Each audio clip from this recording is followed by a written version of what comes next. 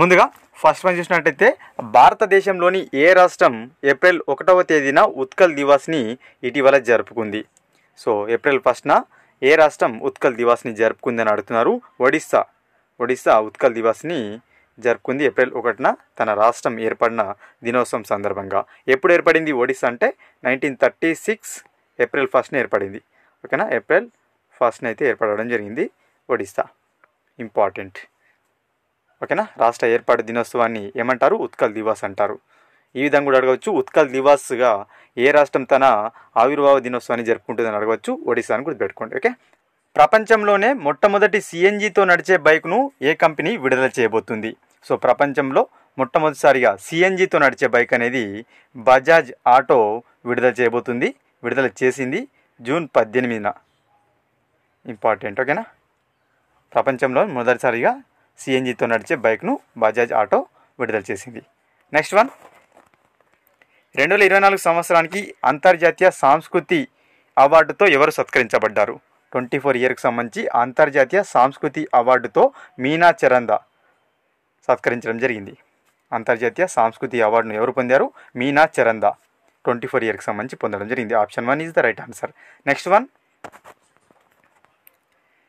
హర్యానాలో మహాత్మా గాంధీ జాతీయ గ్రామీణ ఉపాధి హామీ పథకం కింద నైపుణ్యం లేని కార్మికులకు సవరించిన వేతన రేటు ఎంత? సో మనకి ఇటీవల మహాత్మా గాంధీ జాతీయ గ్రామీణ ఉపాధి హామీ పథకం కింద వేతనాలు సవరించారు. దీని ప్రకారం మన దేశంలోనే అత్యధికంగా వేతనాలు ఇస్తున్న రాష్ట్రంగా హర్యానా నిలిచింది. ఎంత ఉందంటే ప్రస్తుతం ప్రతి రోజుకు 374 రూపాయలు ఉంది హర్యానాలో. అత్యధికంగా మనకు గ్రామీణ ఉపాధి హామీ పథకం కింద జీతం ఇస్తున్న రాష్ట్రం హర్యానా, 374 రూపాయలు. ఓకేనా, మన తెలంగాణ ఏపీ కలుపుకొని రెండు కూడా 300 అప్రాక్సిమేట్లీ 302 రూపాయలు ఏముంది. ఓకేనా, మహాత్మా గాంధీ జాతీయ గ్రామీణ ఉపాధి హామీ కింద 302 రూపీస్ ఉంది. ఓకేనా, అత్యధికంగా మాత్రం హర్యానా 374 రూపీస్ ఉంది. నెక్స్ట్ వన్,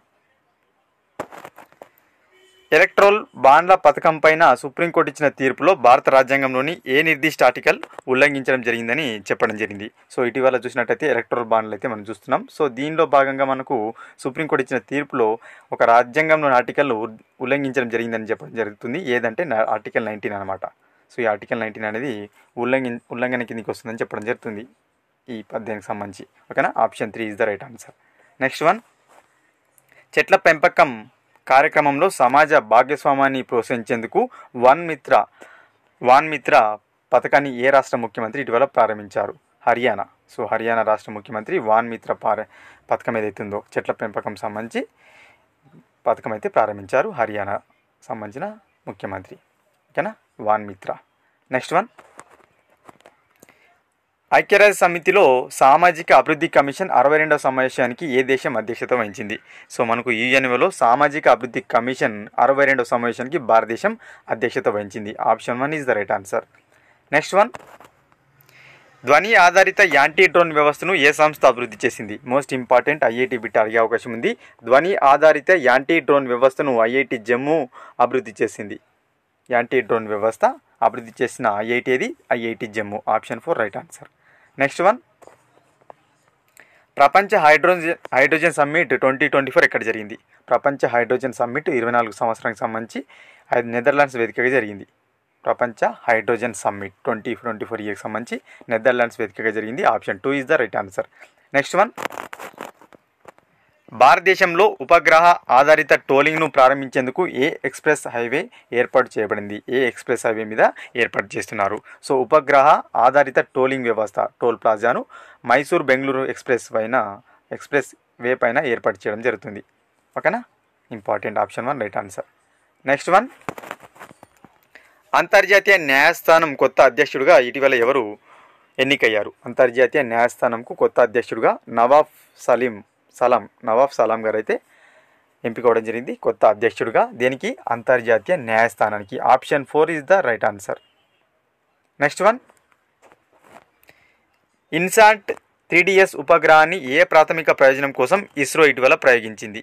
ఇన్సాట్ 3DS ఉపగ్రహాన్ని ఇటీవల ఇస్రో వాతావరణ సూచన మేరకు వాతావరణ ఏవైతే మనకు మార్పులు ఉన్నాయో వాటిని తెలుసుకోవడానికి ఉపయోగించింది. ఓకేనా, ఇన్సాట్ 3DS.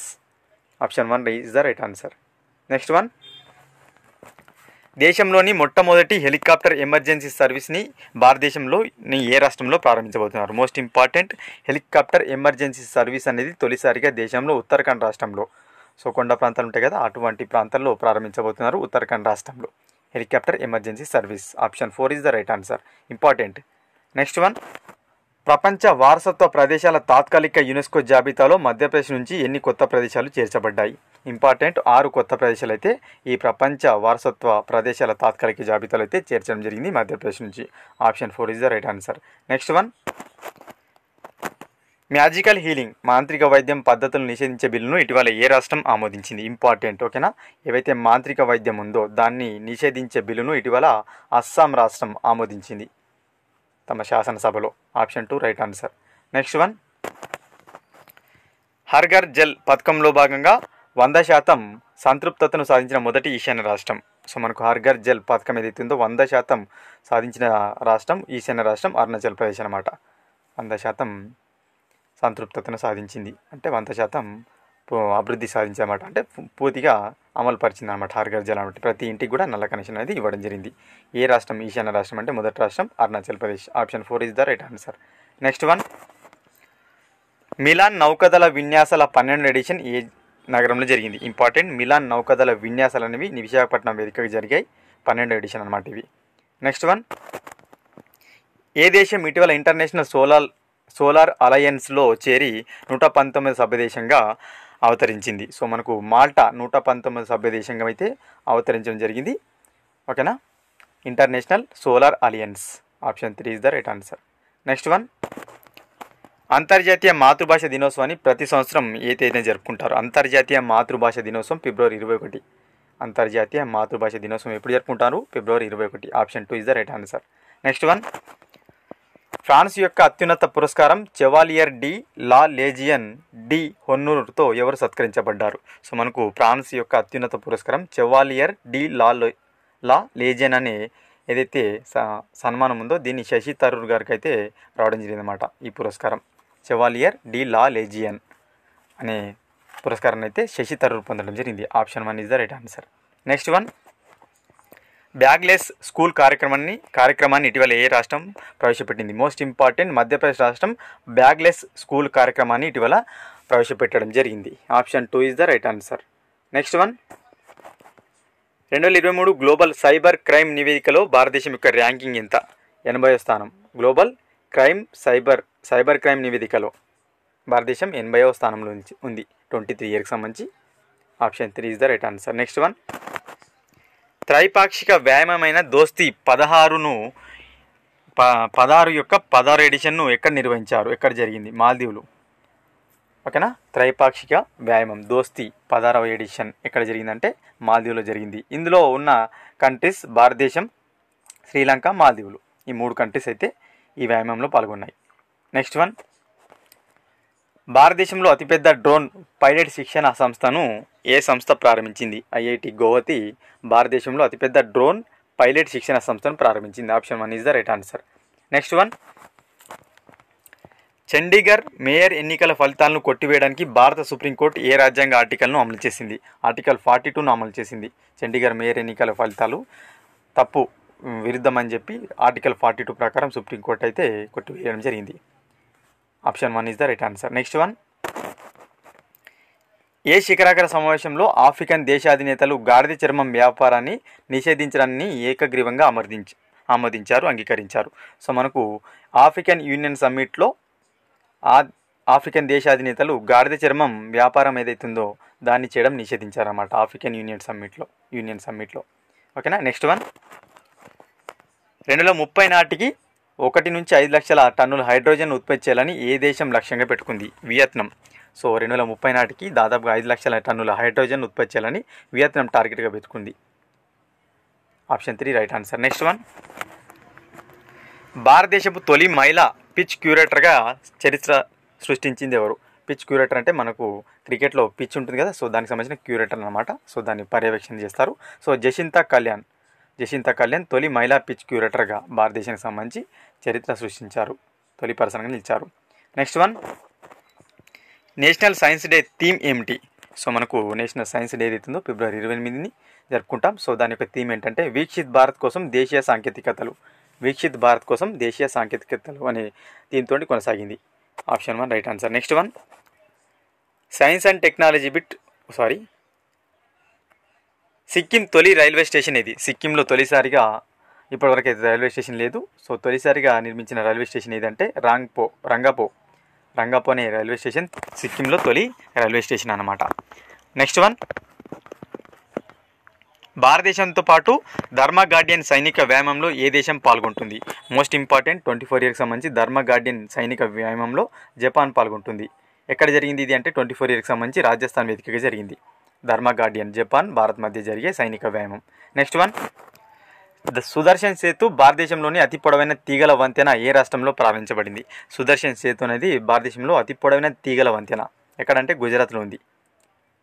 అతి పొడవైన తీగల వంతెన ఏ రాష్ట్రంలో ఉంది? గుజరాత్లో. దాని పేరేంది? సుదర్శన్ సేతు. నెక్స్ట్ వన్, భారతదేశపు మొట్టమొదటి సెప్టిక్ ట్యాంక్ క్లీనింగ్ రోబోట్ను అభివృద్ధి చేసిన స్టార్టప్ చేసిన సంస్థ ఇది ఐఐటి మద్రాస్.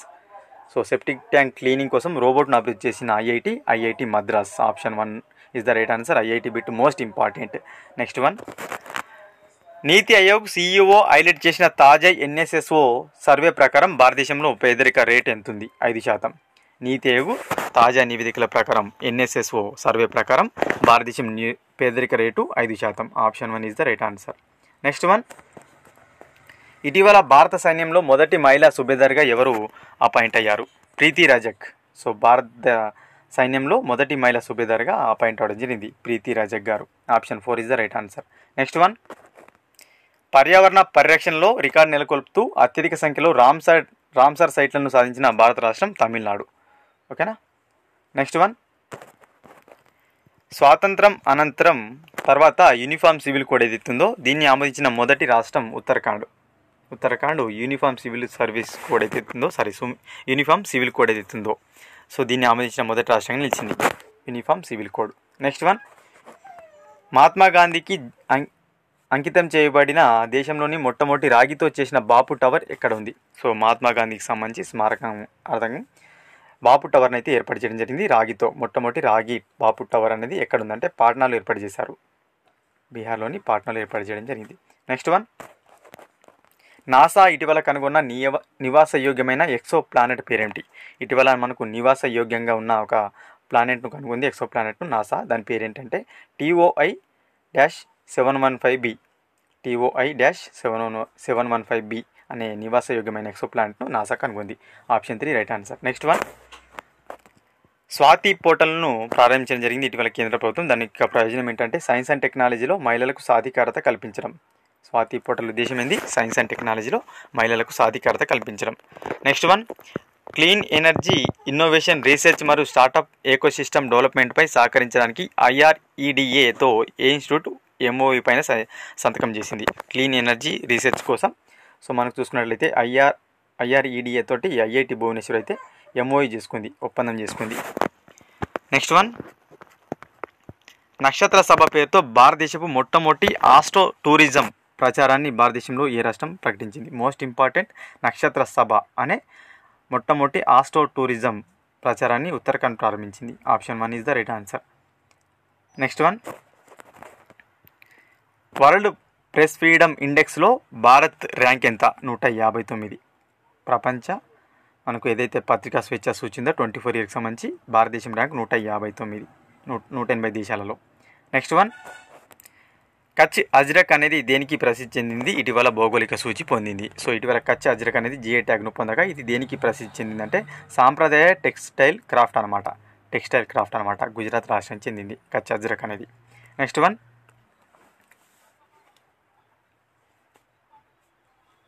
2024 ప్యారిస్ ఒలింపిక్స్కు అర్హత సాధించిన తొలి భారతీయ పురుష రెజ్లర్ ఎవరు?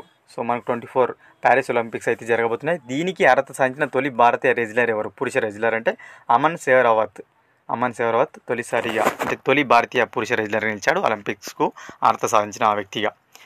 Option 3 right answer. Next one, ఏ సంవత్సరం నాటికి భారతదేశ ఆర్థిక వ్యవస్థ ఇంటర్నెట్ ఆర్థిక వ్యవస్థ 1 ట్రిలియన్కు చేరుతుందని అంచనా వేయడం జరిగింది? 2030 నాటికి 2030 నాటికి భారతదేశం యొక్క ఇంటర్నెట్ ఆర్థిక వ్యవస్థ 1 ట్రిలియన్కు చేరుతుందని అంచనా వేశారు.